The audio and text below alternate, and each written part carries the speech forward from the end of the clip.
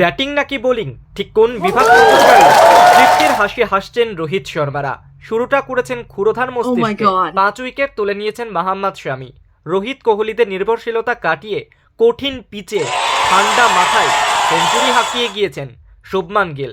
2 innings মিলিয়ে খেলা হলো মোট 96.3 ওভার, যেখানে নির্ধারিত 50 ওভারই খেললেন হৃদয়রা। অথচ একটা সময় মনে হচ্ছিল বাংলাদেশ 100 গন্ডি পেরোতে পারবে কিনা, কিন্তু ক্যাচ ফসকানোর খেসারত দিতে হয়েছে ভারতকে।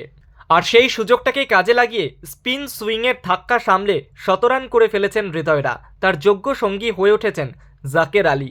তবে চ্যাম্পিয়ন্স ট্রফির শুরুতেই শামি নিজেকে যেভাবে মেলে ধরলেন তা নিঃসন্দেহে স্বস্তি দেবে রোহিত গম্ভীরকে। পাকিস্তান ম্যাচের আগে বড় স্বস্তি টিম ইন্ডিয়ার জন্য।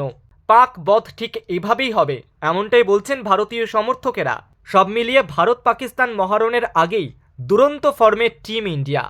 এদিকে চ্যাম্পিয়ন্স ট্রফির প্রথম ম্যাচেই নজির করেছে রোহিত শর্মা। ক্রিকেট ইতিহাসে দ্বিতীয় দ্রুততম ব্যাটার হিসেবে 11,000 রান পূর্ণ করেছেন ভারত অধিনায়ক। পরিসংখ্যান বলছে চতুর্থ ভারতীয় হিসেবে ওয়ানডেতে 11,000 রান করেছেন রোহিত। বৃহস্পতিবার অল্পের জন্য হাফ সেঞ্চুরি হাতছাড়া হলো হিটম্যানের।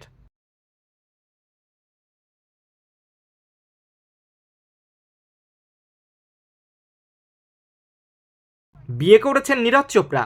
না, আজ নয়, 16ই জানুয়ারি বিয়ে করেছেন নীরজ। 19শে জানুয়ারি সেই ছবি পোস্ট করেছেন তিনি। আর তার 1 মাস পর নীরজ চোপড়া এক সাক্ষাৎকারে বলছেন, হিমানিকে আমি অনেক দিন ধরেই চিনতাম। ওর পরিবারের অনেকেই খেলার সঙ্গে যুক্ত। হিমানির বাবা এবং মা কবাডি খেলতেন। ওর দাদাদের কেউ বক্সার, কেউ কুস্তিগির।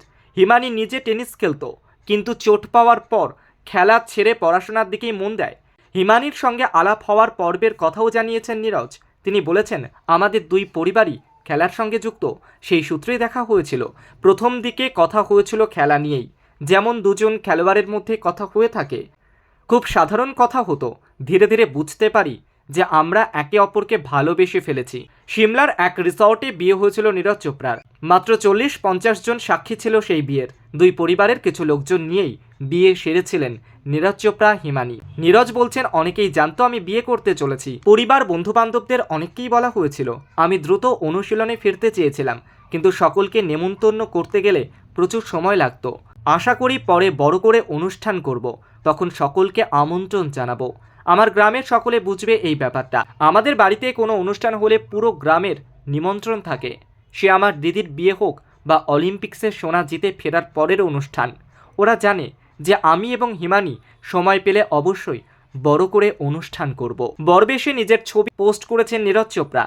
পাশে বসে পাত্রী হিমানি। সেই ছবি পোস্ট করে নীরজ চোপড়া লিখেছিলেন, পরিবারকে সঙ্গে নিয়ে জীবনের নতুন একটি পর্ব শুরু করলাম। যাদের আশীর্বাদে এটা সম্ভব হলো, তাদের কাছে আমি ধন্য। ভালোবাসায় বাঁধলাম সারা জীবনের জন্য। হালকা গোলাপি রঙের পোশাকে সেজেছিলেন নীরজ। মাথায় ছিল গোলাপি পাগড়ি, গলায় গোলাপি গোলাপের মালা। পাত্রী হিমানিও পরেছিলেন হালকা গোলাপি রঙের পোশাক। নীরজ চোপড়ার এই ইন্টারভিউ অত্যন্ত আকর্ষণীয়, পছন্দ করেছেন তার দর্শকেরা, অনুরাগীরা।